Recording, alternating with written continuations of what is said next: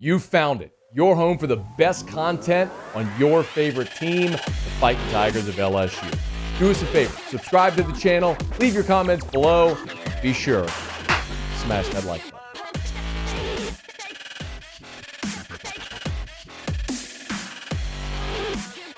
A part of the game on Saturday where LSU beat New Mexico, we learned afterwards. Post-game, Brian Kelly gave an update on Major Burns, who did not play on Saturday against New Mexico. Here's what Brian Kelly said post-game about the LSU safety. Major situation is probably one where he's going to be lost probably for anywhere from 3 to 6 weeks with an upper neck injury. I don't want to get into the specifics when you talk about a neck injury, but he's been cleared by all of the doctors, but it's going to need some rest. But it's probably going to take between 3 and 6 weeks before we can get him back out on the field. Yeah, that's a bummer because Major Burns, of course, who suffered an injury a year ago, missed the bulk of the season, battled his way back, and really was playing very well at the start of this season for LSU at that safety spot.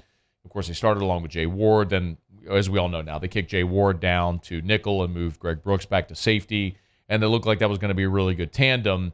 And now Burns has the injury, so he's out. We'll come back to safety here in just a second, but Brian Kelly did give an update today on Monday on all of the injuries, including Jaden Daniels, Major Burns, Armani Goodwin. So here was the update that Brian Kelly gave on all the injuries. Jaden, no residual effect from Saturday. He'll be able to practice. Let's see, Jay Ward feeling really good. I think he's a go for Tuesday. We'll probably limit his workload on Tuesday, but he should be able to go. Amani, it'll be a day-to-day situation with him. So that's great news about Daniels, who had a little lower back thing, but got up, was cleared to return, but the game was in hand. There was no need to play him, so he's good to go. That sounds like it's just all clear, good to go.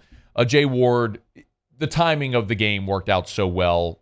Of course, you beat Mississippi State. Ward kind of had that hyperextension on his knee when he got the interception. It was an ugly fall, but he got up, which was great to see. You just didn't need to play him. You didn't need to play him. So as Brian Kelly said, look, he'll should be good to go for Tuesday. Remember, they have like a light day on Monday, then Tuesday is when they sort of get after with a full pads practice. And then Armani Goodwin, that's the one that looked the most significant. They described it as like a hamstring and knee post-game. So, look, Armani Goodwin has emerged as your best running back.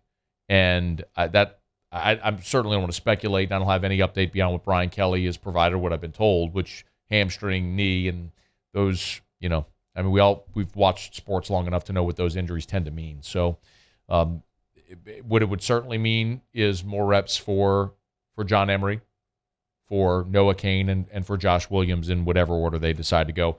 On Saturday, they make sure I have this right. So, of course, Goodwin started, and the second running back in after Goodwin was Emery. So they went Goodwin, then Emery was the second running back in, and they did give Josh Williams some run. It was Cain in the second half again, who got going a little bit. Scored a couple of touchdowns also. Really strong run on that long touchdown run for Noah Cain, where he split two defenders, dragged a couple more inside the 10-yard line. So you got some options. You got guys who played a lot, maybe been chomping at the bit for an opportunity. They might get it this week if Goodwin is in fact out, but we'll wait for an update on that. I think of greater consequence, and in particular this week, is the safety spot.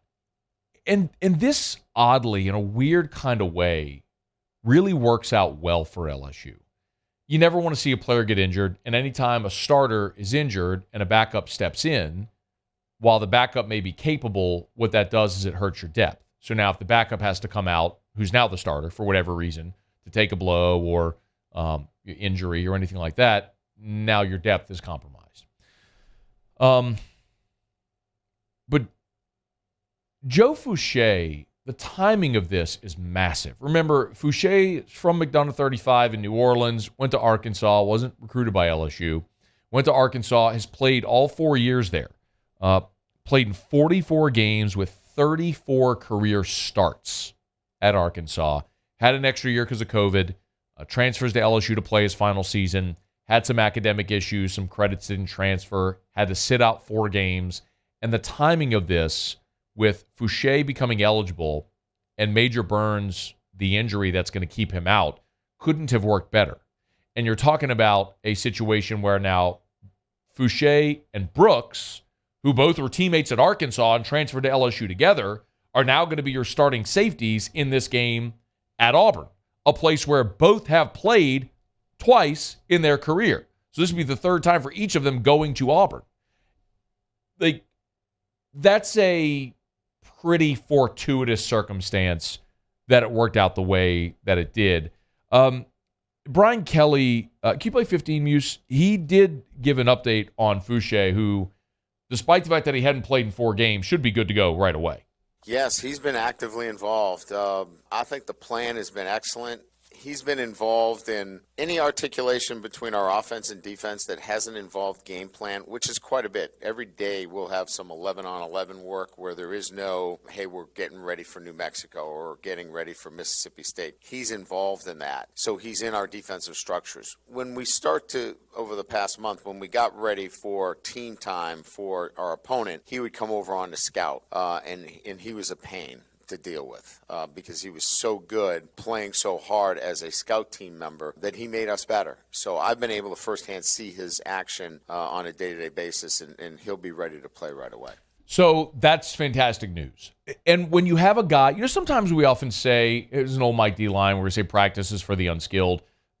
Sometimes you just have to get a guy ready to go on game day. And when you're Joe Foucha and you've played 4 years in the SEC, you've played in 44 games, you've started 34 times, you've played in every freaking venue in the West twice, you're just ready to go. I don't suspect that Joe Foucha is going to have much of a lag, right? Much of a learning curve. He's just played so much, and now he should be ready to roll. And the fact that he's going to be playing next to Greg Brooks, the guy he played next to at Arkansas for 4 years, is even more beneficial. The thing I'll tell you, though, is that Foucha has played Auburn 4 times. He's and the other thing about Foucha is he has the reputation as a box safety, a guy that can help against the run. Remember, Auburn, not a good passing offense. The thing they do, or should theoretically be able to do, is run the football. With Jarquez Hunter, with Tank Bigsby, Robbie Ashford, who's an athletic quarterback who can run a little bit. That should be what they're good at. Now, they've struggled a lot this year, but Foucha has played Auburn 4 times. He's 0-4 against Auburn. He did not record a stat as a freshman in 2018. He had 8 tackles the game in 2019 at home.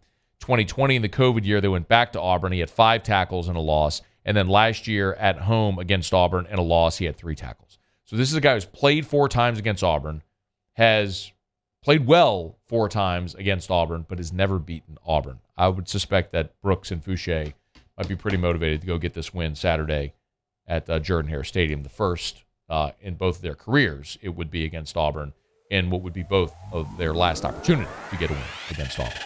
Hey, thanks so much for watching. Please leave your comments. I love to interact, and be sure to hit the red subscribe button below.